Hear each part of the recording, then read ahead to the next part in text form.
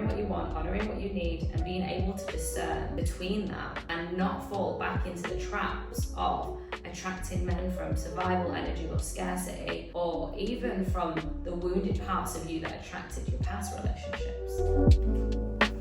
Hello, my love, I am back, and today I have a question for you. As a 40-something woman, do you find yourself dreading the idea of dating because deep down you just don't trust men anymore? After years of heartbreak and betrayal, it is easy to find yourself experiencing this fear and being terrified to put yourself back out there. So it's easy to avoid and distract in your career or in busying yourself with socializing. I totally get it, because this was me for 10 years. I avoided dating after extremely painful ending with my last relationship, and it took so much healing for me to step back out into the game and the world of dating and actually enjoy it. And I don't want any woman to experience 10 years of avoidance. So in this video, what I'm going to share with you, the key simple and easy ways in which to step out there back into the world of dating and heal the parts of you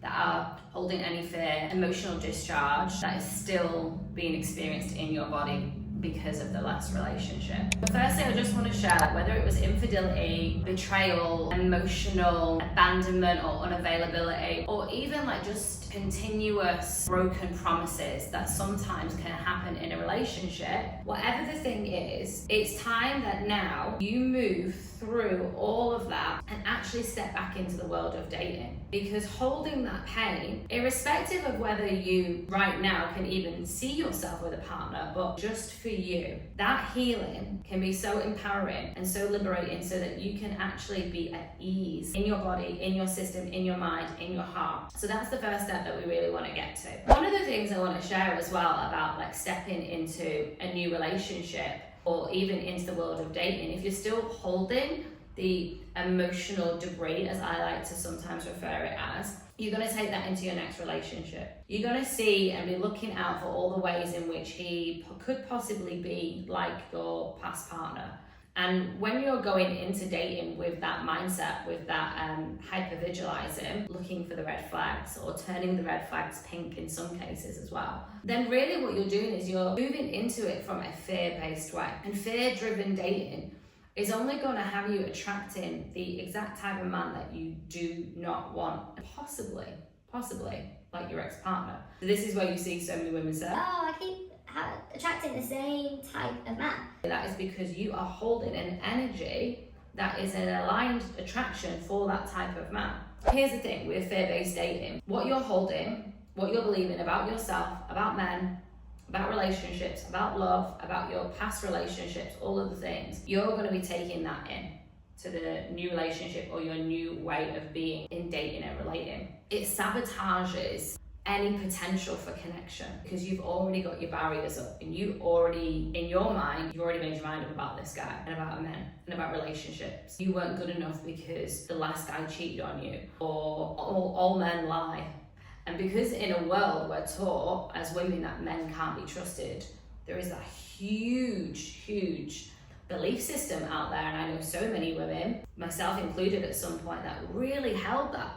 So all I could see then out in the world were men, not to be trusted. Oh, look at that man acting aggressively. Oh, look at that man on the TV series cheating on his wife, not to be trusted. I saw evidence to support my belief system so wildly that even in the times when I did see a man playing happily with his child or caressing his partner's hand or giving her a gentle kiss, I dismissed that. That couldn't land for me in my system. It's like I was looking at it, but I wasn't receiving it, because I wasn't an energetic match for seeing a man that can be trusted, that can be loving, that can be kind, because my body was still holding all of the baggage from my dad and from my past relationships. Just know that if you're holding any of these belief systems, you're going to be dating from a fear survival energy. It's more than likely going to sabotage your dating and relating. It might even have you in complete avoidance altogether,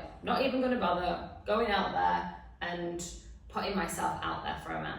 Now, another thing is an emotional guarding. So as women, we want to protect ourselves. Emotional guarding, we can put up really tight walls. And this is what I call being hyper boundaried, where we don't give any space for other people to even play in the energy of what we want and what we need, because our walls are so tightly up and we're so like full on like strict hard no's, have this almost like controlling like mechanism within us because we want to protect ourselves. The intention is really pure. However, the double-edged sword to protecting ourselves is that we block ourselves from connection.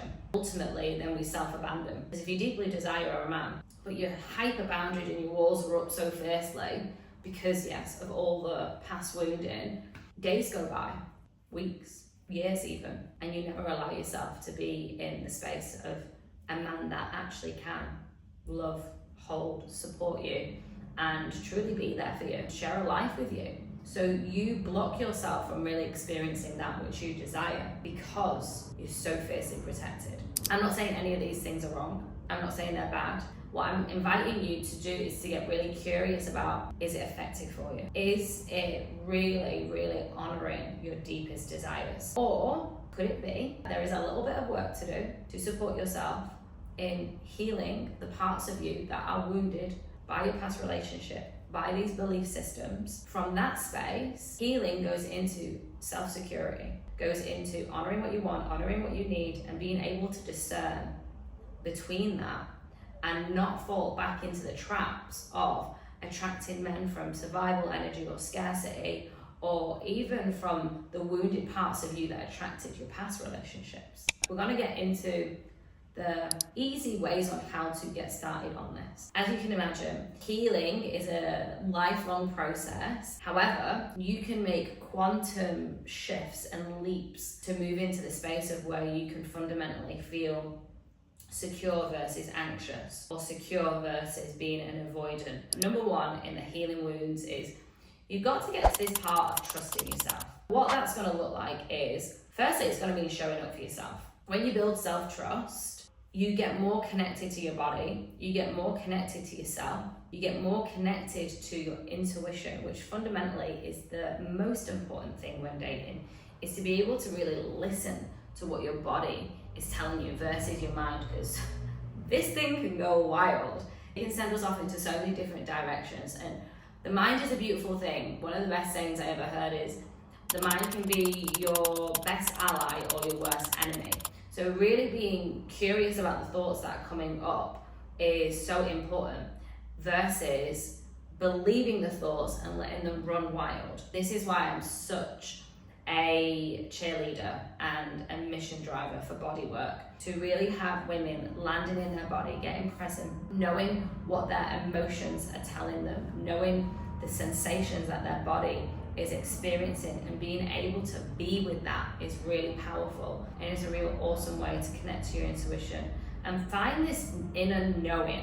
There's a lot of words speak about knowing and trusting yourself out there, but truly it is a felt sensation. Tip number 2, small steps. I'm not saying that healing is this wonderful thing that happens overnight. Like I said, it's a small step thing, but also with that, small steps into dating. You don't need to go from avoiding men and mistrusting them to the very next day dating a guy and spending 4 or 5 hours with him on a date. The key here is to just gradually ease your way back into dating. That might look like just setting up a dating profile, even if you're not actually gonna go on dates, but just putting yourself out there. And it might then look like actually having a conversation with a guy.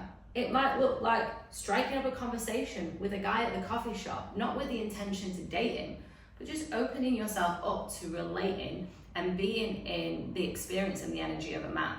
All of this is like really retraining your body, resetting your nervous system to know that it's safe to be in relationship with men, it's safe to be seen by a man, it's safe to say what it is that you want in your bio or on a date with a man, that you're practicing building your security around men again. Because the likelihood is when you experience your heartbreak or your painful ending or the multitude of broken promises from your last relationship, the likelihood is that every single time that happened, you had a chemical reaction in your body that set you off, and you've never really actually been able to like be with that energy in a really grounded and powerful way, and you've never discharged the energy, so it's still floating around and sending signals to the brain to scan for the dangerous men out there. Tip number 3, this is one of my favorite. Get clear on what you need. It's going to be so empowering for you to go out into the world, dating and relating, knowing what it is that you need, because you've been holding yourself, you've been healing yourself, and fundamentally looking back at your relationships and seeing what it was in those relationships that really triggered you or really had you knowing that it was a deal breaker to end that relationship and to leave. That fundamentally is going to be so important for you, because it's going to give you the headway to step into honoring yourself with boundaries. My love, I hope this served and supported you in some way, shape or form. If it did, then hit like, hit share with one of your girlfriends, and if you want more content like this, then hit subscribe.